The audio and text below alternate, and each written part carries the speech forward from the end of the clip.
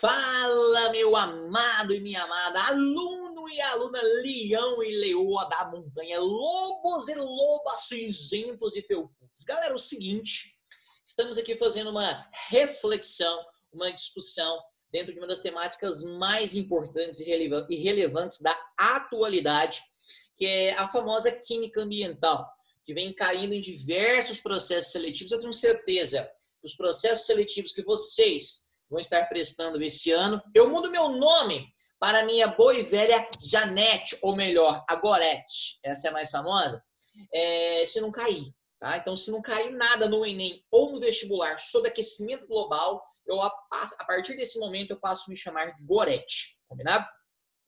Galera, dando sequência à nossa investigação, a gente vai refletir um pouquinho hoje sobre dois conceitos de extrema importância.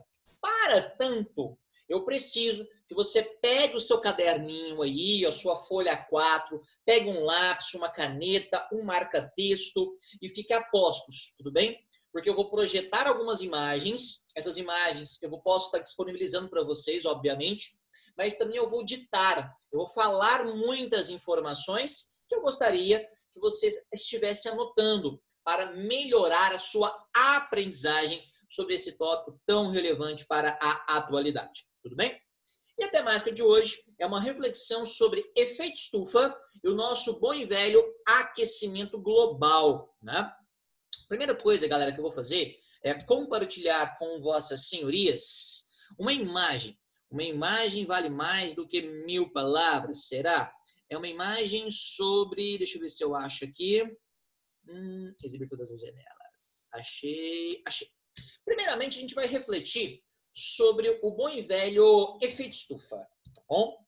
Deixa eu dar um zoom aqui na minha imagem, só para melhorar um pouco o nosso ponto de observação. Deixa eu dar um zoom aqui. E a gente já começa a fazer uma belíssima... Aqui, tá ficando grande. Adoro a coisa grande. Ó, cresceu, hein? Olhou, cresceu. Que loucura. Queridos, então vamos lá. Atenção, ó. Efeito estufa.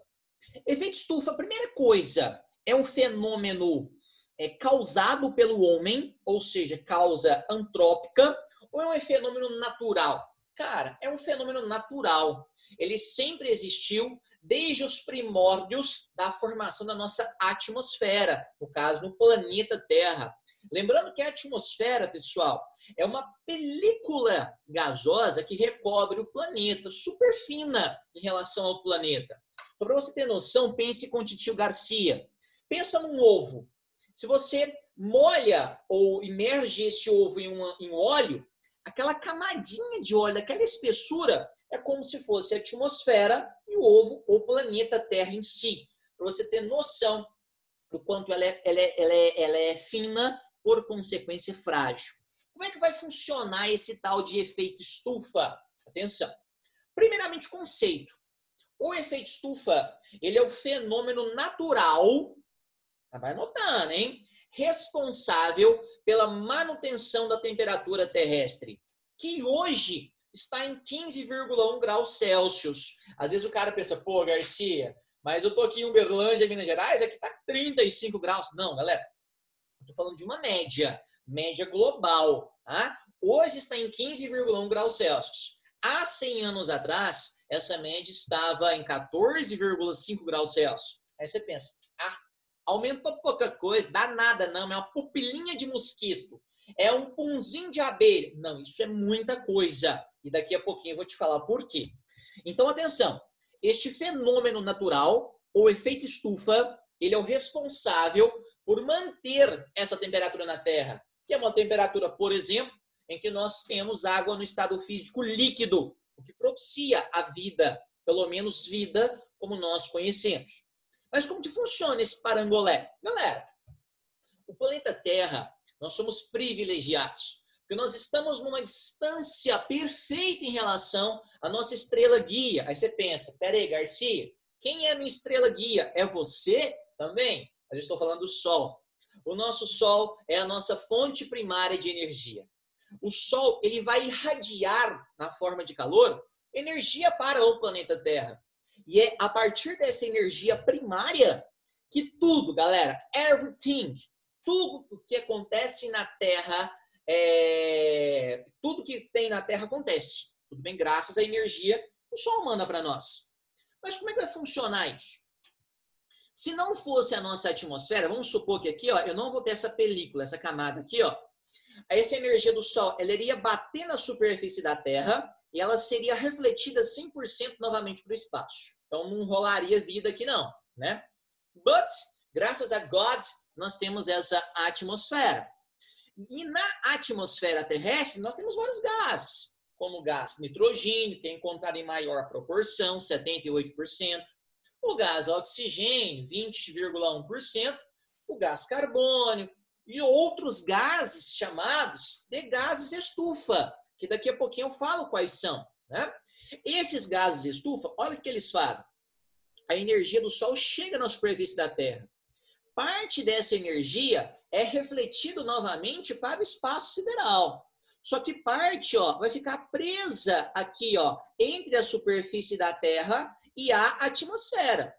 Essa energia que fica presa, ela só fica presa graças aos gases estufa.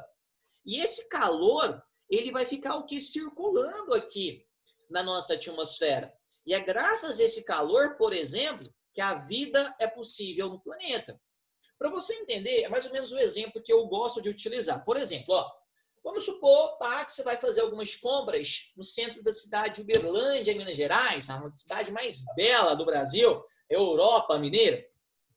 Você chega aqui, cara, tá um sol de rachar. Você parou o seu carro lá em frente, o Xofi, lá perto das lojas americanas, comprar roupa de marca. Cara, tá um sol de rachar, você tá suando, você tá com aquela subaqueira já, as pizzas estão formadas, né? Quando você termina as suas compras, quando você vai entrar no seu carro, qual que é a sensação que você tem? Que lá dentro do carro está mais quente ou mais frio, ou melhor, com menos calor do que fora do carro. A sensação que se tem é que lá dentro tá um forno, cara, tá muito mais quente. Por quê? Porque a energia na forma de calor entrou dentro do carro, mas ela encontra muita dificuldade para sair do carro. Isso é exatamente o que acontece com o efeito estufa. Graças aos famosos gases estufa, essa energia térmica, ela fica retida, ela fica presa aqui no planeta. E é graças a essa energia que está armazenada que nós temos tudo que temos, tá bom? Ah, Garcia, quais são esses gases? Fala para mim. Falo, atenção, ó. Anotem. Primeira coisa, o que geralmente um gás estufa tem? Atenção. Pay attention, please. Geralmente gases estufa são moléculas triatômicas, formadas por 3 ou até mais átomos, tudo bem? São moléculas que são capazes, atenção, de absorver energia na forma de calor, energia na faixa do infravermelho, que é aquela radiação que, a princípio, vai ter um grande comprimento de onda, tudo bem? Essa energia só é absorvida graças aos gases estufas, por quê? Por causa das deformações axiais que um gás sofre. Garcia, o que é isso? É mais ou menos assim, ó. Pensa no CO2. A energia chega, o que é uma deformação? As ligações entre o carbono e o oxigênio, ó, elas mudam o comprimento a todo momento. Ora estica, ora comprime. São essas deformações axiais e até mesmo de ângulo, ou seja, deformações angulares, que fazem com que um determinado gás seja considerado estufa. Garcia, qual que é o gás estufa mais potente que a gente tem? É o CO2? Não. O CO2, ele é o gás estufa encontrado em maior concentração na atmosfera. Mas eu tenho gases estufa de diversas naturezas e mais potentes do que o CO2. Por exemplo, o próprio CO2, que é o gás carbônico ou dióxido de carbono. A água é um gás estufa muito mais potente do que o CO2. O gás metano, cara, presta atenção. Uma molequinha de gás metano absorve uma quantidade de energia na forma de calor correspondente a 21 moléculas de CO2. O metano, que é oriundo, a princípio, da decomposição anaeróbica de matéria orgânica, é um gás 21 vezes mais potente do que o CO2. eu tenho óxidos de nitrogênio, eu tenho os clorofluorcarbonetos, que são CFCs, são gases considerados gases estufa. Por exemplo, Garcia, a água é estufa? Sim. O problema é, quer ver, eu te provo isso. A grande questão é que a água não é uma preocupação por causa do ciclo da água, uma hora vai chover. Pensa num deserto. Durante o dia é um calor de lascar, né? Eu já viajei, por exemplo, pelo deserto do Saara e foi uma loucura. Durante o dia, cara, é muito quente, mas à noite é frio. Por que lá é frio? Porque lá não tem umidade, não tem água para prender o calor. E esse calor se dissipa toda a noite. Já na região amazônica, eu já percorri a extensão do Rio Amazonas a pé, por exemplo. No Amazonas, cara, a noite é quente pra caralho. Porque como tem muita umidade, muito vapor de água ali, o calor não se dissipa. Mas chove em um determinado momento. Por isso que a água não é um gás estufa tão potente. O óxido de dinitrogênio, N2O, é o gás estufa mais potente que a gente tem. Só que ainda bem, nós não encontramos o N2O em grandes concentrações na atmosfera. Uma grande preocupação que vem acontecendo é com relação ao gás metano, que é muito produzido pela pecuária, arroto, o pum da vaca, do boi em si, processos de decomposição anaeróbica, galera, está mandando muito metano para a atmosfera. E esse gás estufa, se você me perguntar enquanto cientista, é o que causa maior preocupação. Ah, Garcia, o CO2. Cara, o CO2 é oriundo da queima de combustíveis fósseis, principalmente. Está associada à derrubada das florestas, às queimadas em si, porque não tem mais árvore para captar esse CO2 da atmosfera. Ele é um gás estufa preocupante? Sim. É o que você tem em maior concentração na atmosfera. Mas ele não é tão potente com relação à absorção de energia na forma de calor do que o metano. E as concentrações de metano, que CH4, né, hidrocarboneto alcano, vem crescendo substancialmente ao longo do tempo. Tá? Então, esses são os gases estufa. São as substâncias responsáveis pelo efeito estufa. Ponto. Point. Esse efeito estufa ele é bom. Se não fosse ele, nós não estaríamos aqui. Eu tenho planetas do sistema solar que têm efeitos estufa muito intensos. Vênus, o efeito estufa lá, cara, faz com que a temperatura alcance cerca de 400 graus Celsius. Por isso que, teoricamente, é inviável para a vida. A Terra, ela está em uma posição, cara, ó, perfeita. E graças a essa posição em relação ao Sol, que somos o que somos, que temos o que temos. Beleza? But, tudo nessa vida, cara, tem um problema. Qual é o problema que eu vou te falar agora? Deixa eu compartilhar aqui uma nova imagem com vocês. Uma imagem, no mínimo, sensacional. E agora eu peço para que você copie já daqui a pouquinho que eu vou estar conversando. O problema, cara, chama-se aquecimento global. Aí eu, você, o seu pai, a sua mãe, o seu tio, o seu cachorro, nós temos culpa, tá bom? Aquecimento global tem causa antrópica. O ser humano, o homem, ele é responsável por este problema ambiental. Garcia, tá? Mas o que é o aquecimento global? É basicamente uma intensificação do efeito estufa. Por causa da alta aglomeração de gases estufa na nossa atmosfera, o planeta está ficando mais quente. Eu disse agora há pouco que em menos de 100 anos, nós aumentamos a temperatura média da Terra em 0,6 graus Celsius. Mas isso é uma média. Eu tenho locais, por exemplo, igual a Groenlândia, que em 6 anos a temperatura aumentou em 6 graus Celsius. Isso é muita coisa. Isso causa uma série de problemas, uma série de transtornos. Que, por exemplo, quando eu comecei a dar aula há 10 anos atrás, eu falava assim, ó, o aquecimento global vai ser um problema futuro, a gente já tem que se preocupar. Galera, esse futuro chegou.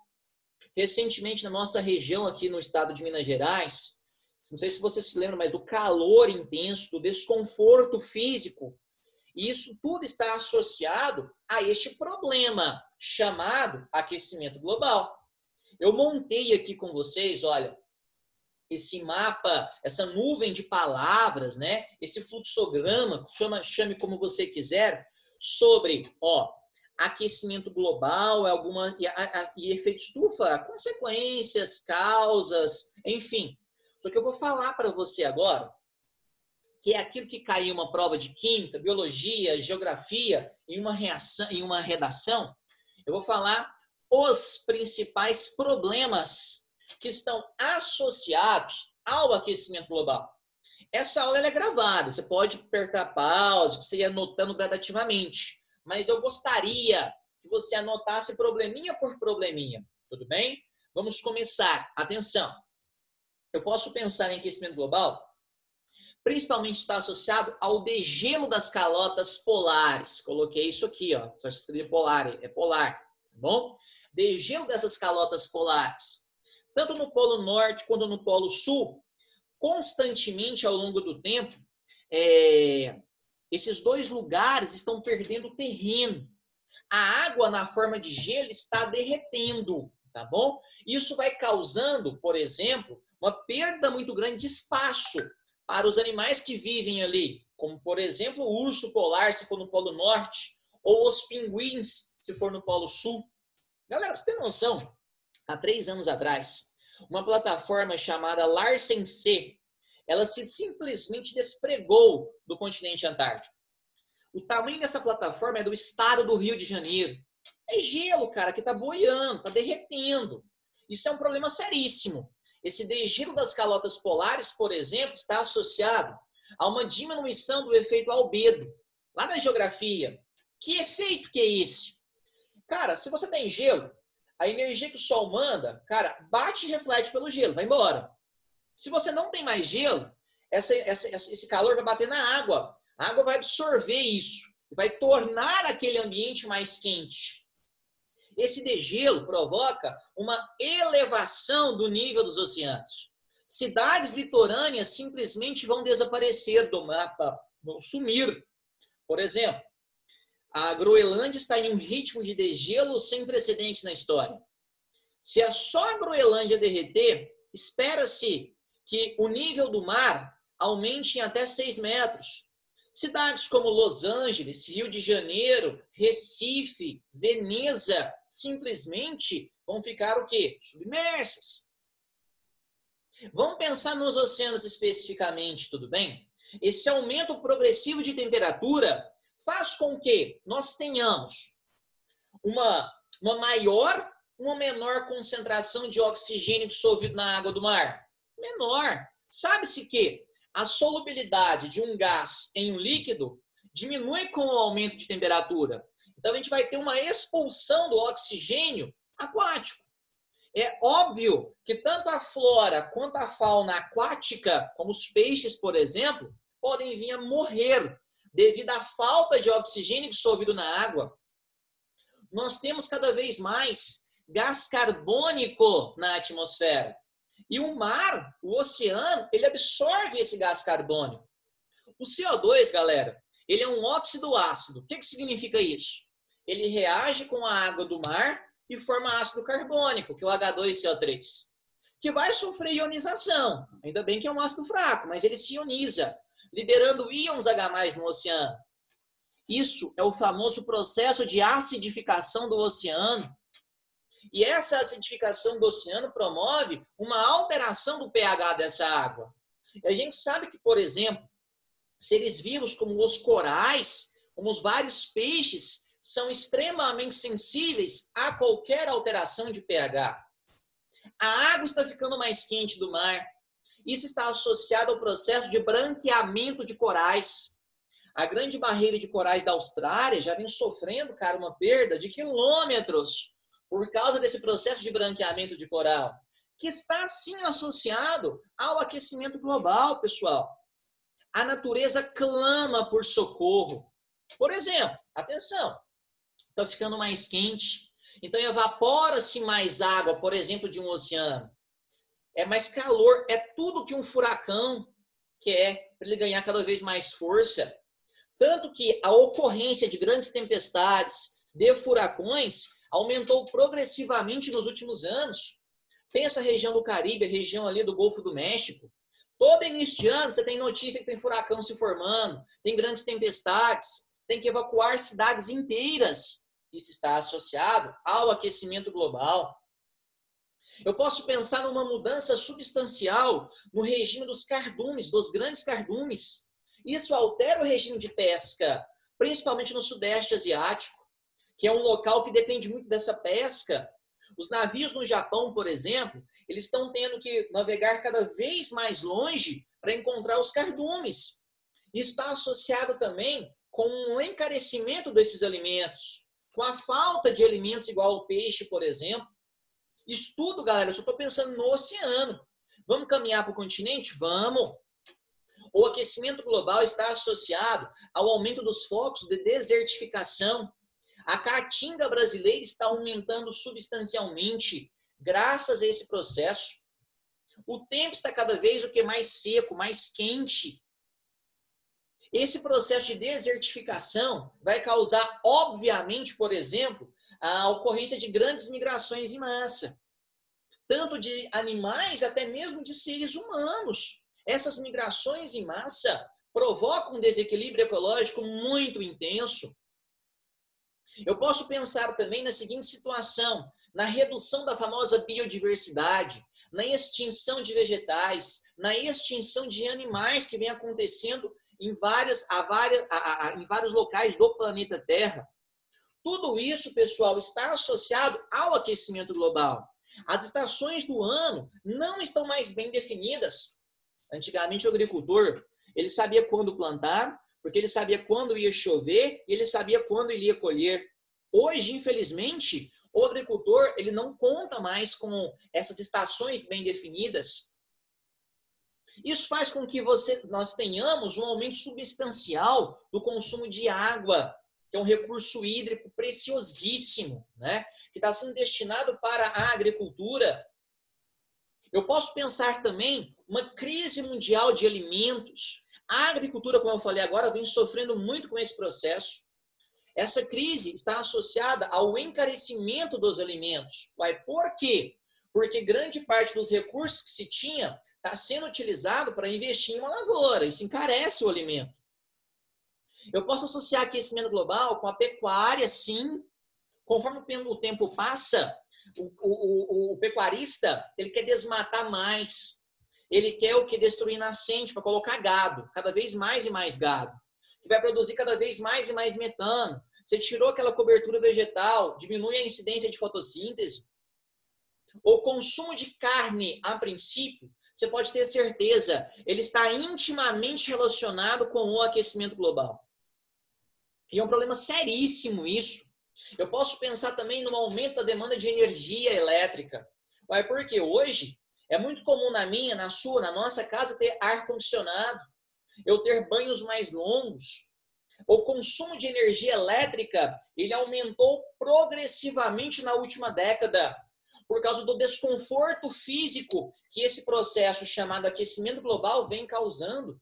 Galera, eu poderia ficar aqui, muito tempo falando com vocês, uma série de consequências de efeitos colaterais que são associados ao aquecimento global. E você pode ter certeza que daqui a 5 anos, problemas que nós nem pensávamos que iriam existir, vão surgir graças a este problema ambiental. Garcia, o que eu posso fazer? Qual que é a minha contribuição positiva para ir contra a este problema, galera? Eu, você, cada um pode fazer a nossa parte. Como que você pode ajudar o planeta? Produzir menos lixo, consumir menos carne, gastar menos energia elétrica, dar prioridade para alimentos orgânicos, educar a sua família, vocês não têm filhos, mas conversar com seus pais, com seus irmãos, com seus amigos, com os colegas de classe que, se você, nós não fizermos nada, infelizmente o nosso planeta, ele vai ser um local muito difícil para se viver. Não é daqui 50 anos, não. Daqui 10, daqui 20 anos. Pela primeira vez na história, as futuras gerações estão comprometidas. E isso está associado a esse problema chamado aquecimento global. Quem fala isso não sou eu. é a comunidade científica. Aquecimento global, há uns 2, 3, 4 anos, tinha até algumas pessoas que negavam esse problema. Falava que o aquecimento da Terra é algo natural. Cara, é natural, sim, mas num período de tempo imenso. Cara, em menos de 150 anos, a partir da industrialização, a partir da queima de combustíveis fósseis, gasolina, carvão, óleo diesel, gás mineral, nós transformamos o planeta Terra de forma negativa. Em um curtíssimo espaço de tempo, nós não estamos dando tempo para que a Terra consiga se regenerar. E, infelizmente, nós já estamos pagando um preço caríssimo por isso. Beleza? Queridos, eu sempre, quando eu dou essa aula presencial, eu coloco e eu indico alguns documentários. Eu gostaria que vocês assistissem. São documentários belíssimos sobre esse problema, sobre essa temática ambiental. Por exemplo, anotem. Na Netflix, você tem um que se chama Cospiracy, O Segredo da Sustentabilidade. É um documentário produzido pelo Leonardo DiCaprio, maravilhoso, sobre essa temática ambiental. Existe outro documentário que está no YouTube também estrelado pelo Léo DiCaprio, lindo, gostoso, que se chama Depois da Inundação ou Seremos História. É um desses dois nomes, você digita que vai aparecer. É uma reflexão belíssima sobre os problemas já vivenciados pelo homem que são associados ao aquecimento global. Existem outros dois clássicos. Um que se chama, do Al Gore, Uma Verdade Inconveniente. O Al Gore, ele foi candidato à presidência dos Estados Unidos, ele foi prêmio Nobel também, em decorrência da sua luta com relação a essa política ambiental. É Uma Verdade Inconveniente. É o documentário mais famoso sobre efeito estufa e aquecimento global. E existe um outro documentário chamado Uma Verdade Mais que Inconveniente, que é uma reflexão sobre esse documentário do Al Gore. Você pode encontrar esses documentários nas plataformas, né? Seja YouTube, seja Netflix ou Amazon, e você vai ganhar em assistir esses documentários, tá, galera? Ganhar argumentos para uma redação, para uma prova de química, para uma prova de geografia, para uma prova de biologia e para a sua formação enquanto cidadão, enquanto pessoa. Se nós não começarmos a tecer essas reflexões, infelizmente, o nosso mundo de amanhã vai ser um mundo muito pior do que hoje. E olha que hoje não está fácil, né, galera? Belezinha? Queridos, essa é a minha reflexão sobre efeito estufa e aquecimento global. Qualquer dúvida que você tiver sobre esse assunto, eu adoro conversar com vocês sobre isso. Meu doutorado em cima dessa questão ambiental, eu tenho muita coisa para falar e estou sempre à sua disposição. Belezinha? Eu queria agradecer muitíssimo a sua atenção, a sua paciência. Um grande beijo, fiquem com Deus e até a próxima aula. Valeu! Tchau, tchau!